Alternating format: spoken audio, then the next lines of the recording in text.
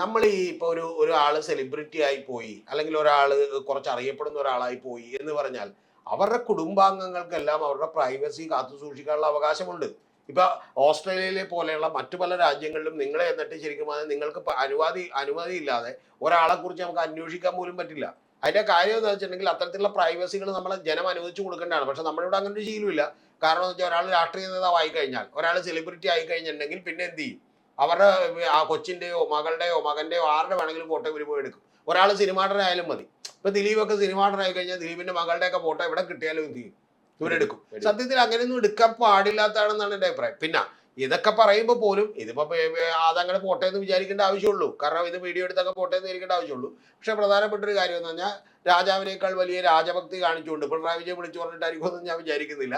ആ, രാജാവിനേക്കാൾ വലിയ രാജഭക്തി കാണിച്ചുകൊണ്ട് കുറച്ച് പേര് എന്ത് ചെയ്തു, അതും മറ്റേ ദേവസ്വം ബോർഡിന്റെ അഡ്മിനിസ്ട്രേറ്റർ അടക്കമുള്ള ആളുകളാണ്. അവരാണ് ചെന്നിട്ട്, അല്ലാതെ പാർട്ടി ഗുണ്ടകളല്ല.